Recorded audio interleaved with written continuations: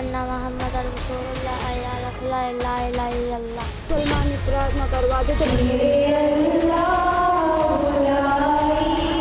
बिस्मिल्लाहिर्रहमानिर्रहीम हम्दुलिल्लाहि रब्बिल आलमीन। यहाँ पर हिजाब लगाया जाता है। जाकिर नाइक की पोस्टों को ये शेयर करते थे।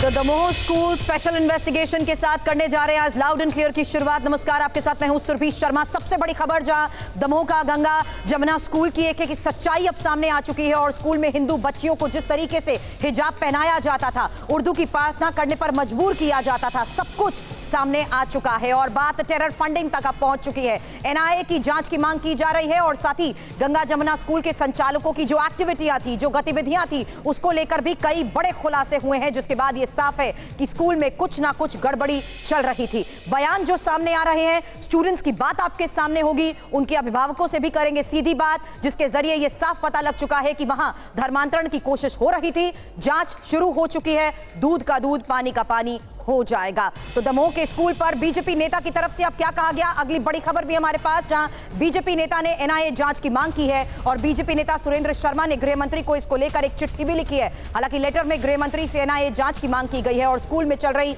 अनैतिक गतिविधियों पर एनआईए जांच की मांग को लेकर यह सबसे बड़ी खबर।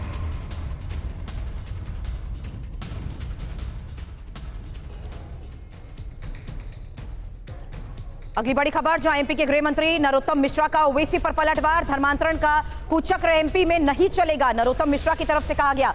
साक्षी और श्रद्धा पर ओवैसी ने कभी बयान नहीं दिया, यह सवाल उठाया गया है।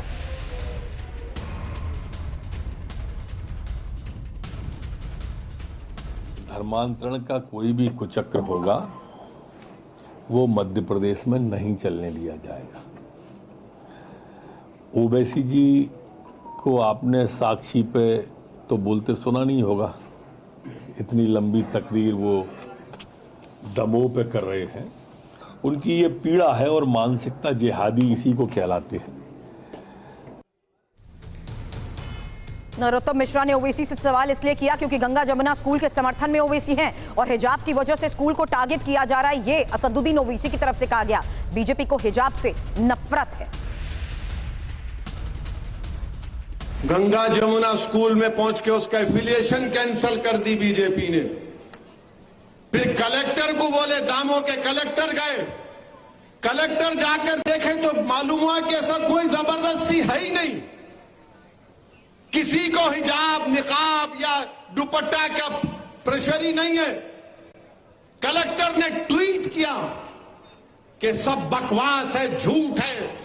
एसपी ने कहा कि झूठ है वहां के सुप्रीम ऑफ पुलिस ने, मगर उसके बावजूद भी मुख्यमंत्री बोले नहीं कुछ तो है।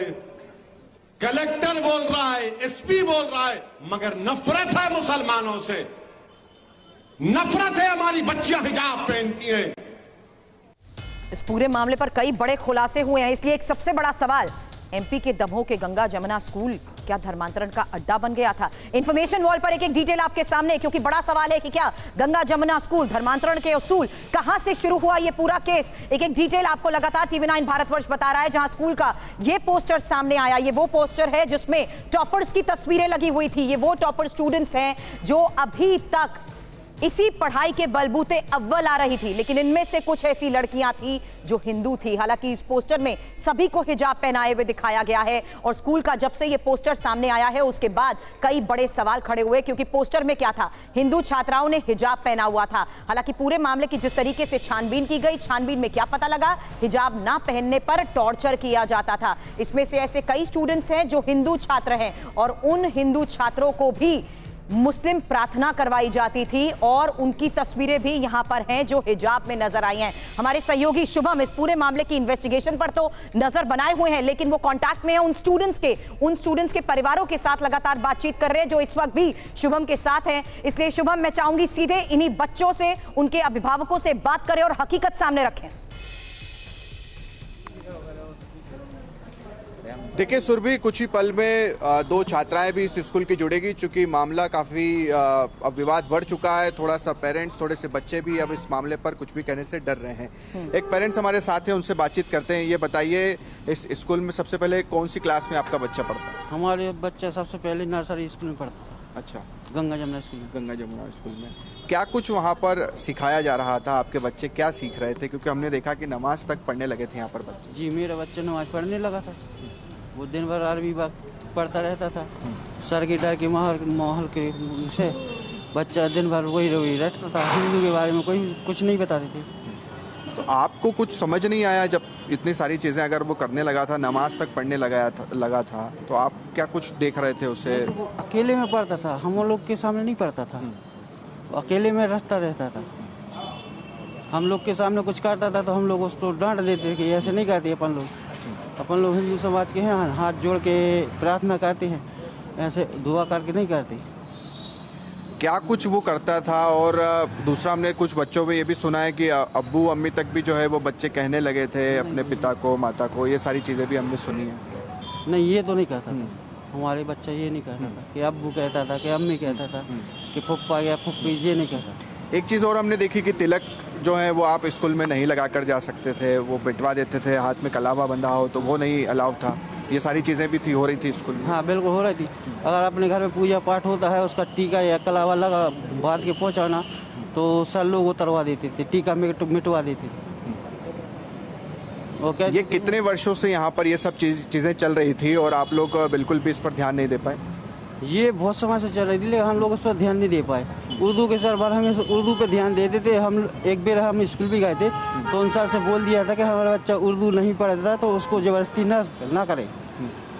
कुछ और स्कूल के बच्चों और पेरेंट्स के साथ आपकी जो बातचीत हुई है वो उस बारे में भी आपसे जानेंगे हम। आप बने रहे हमारे साथ, क्योंकि दमोह के ही गंगा जमुना स्कूल के छात्र की तरफ से जो बड़े दावे किए जा रहे हैं उसको लेकर भी बड़ी खबर है।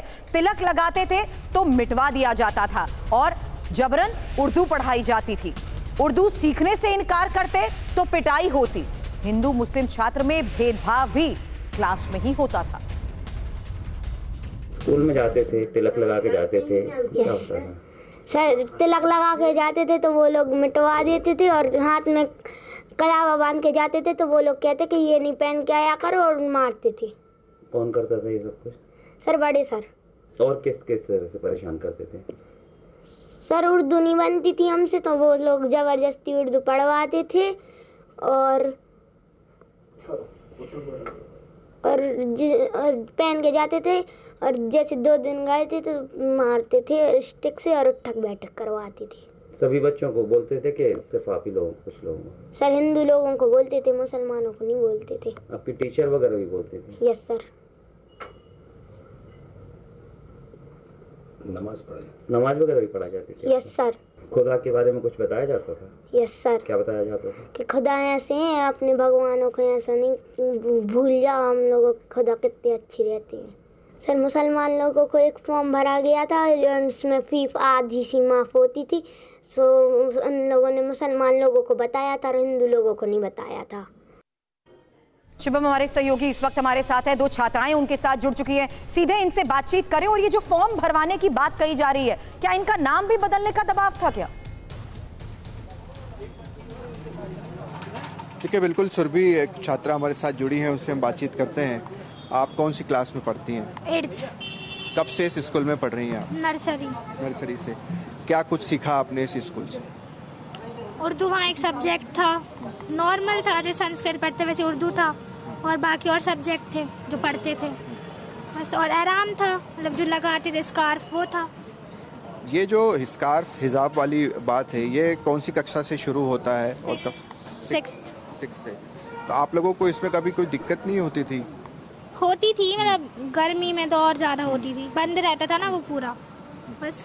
आपने कभी सोचा कि दूसरी भी मुस्लिम लड़कियां लगा के जाती है, हम लोग इसे क्यों लगाते हैं? आपके अभिभावकों ने, पेरेंट्स ने इसको लेकर कहा हो कि ये चीज़ ठीक नहीं है, आप वैसे ही जाया कीजिए सामान्य जैसे दूसरी लड़कियां जाती हैं? पेरेंट्स ने कुछ नहीं बोला, हमने भी कुछ, मतलब सब लगाते थे तो हम भी लगाते थे। इसमें हमने देखा कि नमाज तक पढ़ने लग गई थी जो वहाँ की छात्राएं, या जो वहाँ पर सिखाया जाता था, आयतें सिखाया रहे थे। ये कौन सी कक्षा से आप, चूँकि आप नर्सरी से ही वहाँ पर पढ़ रही थी, कब से सीखना शुरू किया आपने? नमाज हमने नहीं पढ़ा। जो आयतें हैं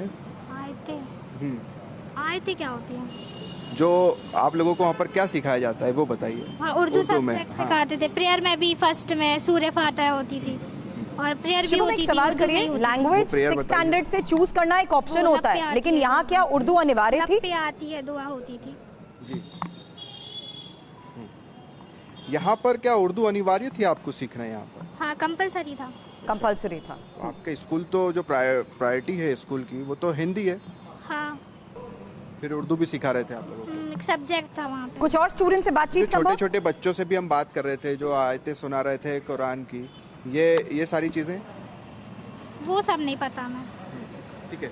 एक और पेरेंट्स हमारे साथ हैं, उनसे हम बातचीत करते हैं। आप बताइए कि ये इतनी सारी चीज़ें जो हैं बच्चे यहाँ पर सीख रहे थे, आप लोगों को कभी कोई इसमें परेशानी नहीं हुई? वही परेशानी, हम लोग उनको मना कर देते, सर स्कूल में भी जाकर मना कर देते, लेकिन वो उस पर ज़्यादा ध्यान देते। कहते जी हम लोग के स्कूल में मतलब प्रार्थना भी होती है, अरबी भी होती है। हमने सर मना किया था कि अरबी जरूरी नहीं है हमारे बच्चे के लिए। इसमें एक चीज़ और भी आई है सुरभि निकल कर, क्योंकि पेरेंट्स को इसमें लालच भी दिया गया इस बात का कि आपके 5,000 10,000 रुपये जो हैं वो माफ़ कर दिए जाएंगे, आप लोग यहाँ से दाखिला ना ले। इस तरह की भी चीज़ें आई हैं, हमने कुछ पेरेंट्स में देखी है जो बोल रहे थे कि 5-10 हज़ार रुपये कम कर देते थे, एडमिशन वहीं पर चल रहा था। नहीं, ये कुछ नहीं, वो तो इकट्ठी फीस ले लेते माँ पेरेंट्स की, उसमें किताबें काफ़ी और ड्रेस मिलती थी। अभी भी दाखिले को लेकर हम देख रहे हैं कि आप लोग स्कूल में जा रहे हैं कि हमें अपने बच्चों का दाखिला चाहिए, दूसरे स्कूल में करवाना है, इसको लेकर बहुत से हाँ, ऐसे पेरेंट्स दूसरे हैं स्कूल में जिन्होंने करवाना एडमिशन था। विड्रॉ भी किया है। शुभम, छोड़ दिया है बिल्कुल स्कूल? बिल्कुल ठीक कहा आपने सुरभि। ये है ना, अभी कुछ समय पहले जब ये स्कूल में फीस माफ के लिए फॉर्म भरे जा रहे थे, तो सिवाय मोमडन के अलावा किसी हिंदू समाज को नहीं बताया कि फीस माफ के फॉर्म भरे जा रहे हैं। फीस माफ के फॉर्म हमने देखे स्कूल में जाकर, मोमडन समाज के सबसे ज़्यादा है। अगर मोमडन समाज के 100 हैं तो हिंदू समाज के 5 फॉर्म हैं। देखिए, ये भी एक नई चीज़ निकल कर आई है इस पूरे प्रकरण में सुरभि, जो अभी बता रहे हैं अभिभावक की जो फीस माफ़ी के फॉर्म भी भरवाए जा रहे थे गंगा जमुना स्कूल में, उसमें जो मुस्लिम छात्र छात्राएं थे उनके तकरीबन 100 फॉर्म थे, अगर हिंदुओं की बात करें तो 4-5 फॉर्म ही थे। हाँ। कुछ हिंदू संगठन के लोग भी हमारे साथ जुड़े हुए जिन्होंने इस पूरे प्रकरण पर सबसे पहले शिकायत दर्ज कराई, तभी जाकर ये पूरा मामला शासन प्रशासन के संज्ञान में आया। क्या नाम है आपका? पवन नजर। पवन जी, ये बताइए अब शुभम, इस यही पूरे वजह है कि इस को पूरे लेकर मामले पर जांच भी क्या की कुछ गई। आप इनसे लोग अपनी कर रहे हैं बातचीत को या जारी रखें, क्योंकि कुछ और आपने जो खबरें भेजी हैं उनका रुख कर रहे हैं, जहां सवालों में घिरे गंगा जमुना स्कूल के एक छात्र ने TV9 के कैमरे पर जिस तरीके से बड़े खुलासे किए हैं। छात्र के मुताबिक स्कूल में उसे जबरन कुरान भी सिखाई गई और कुरान ना सीख पाने पर पिटाई की गई। स्कूल वाले जबरन कुरान पढ़वाते थे, ये स्टूडेंट्स की तरफ से, छात्रों की तरफ से कहा गया। क्या कुछ सिखाया बेटा आपको स्कूल में, क्या क्या आता है आपको?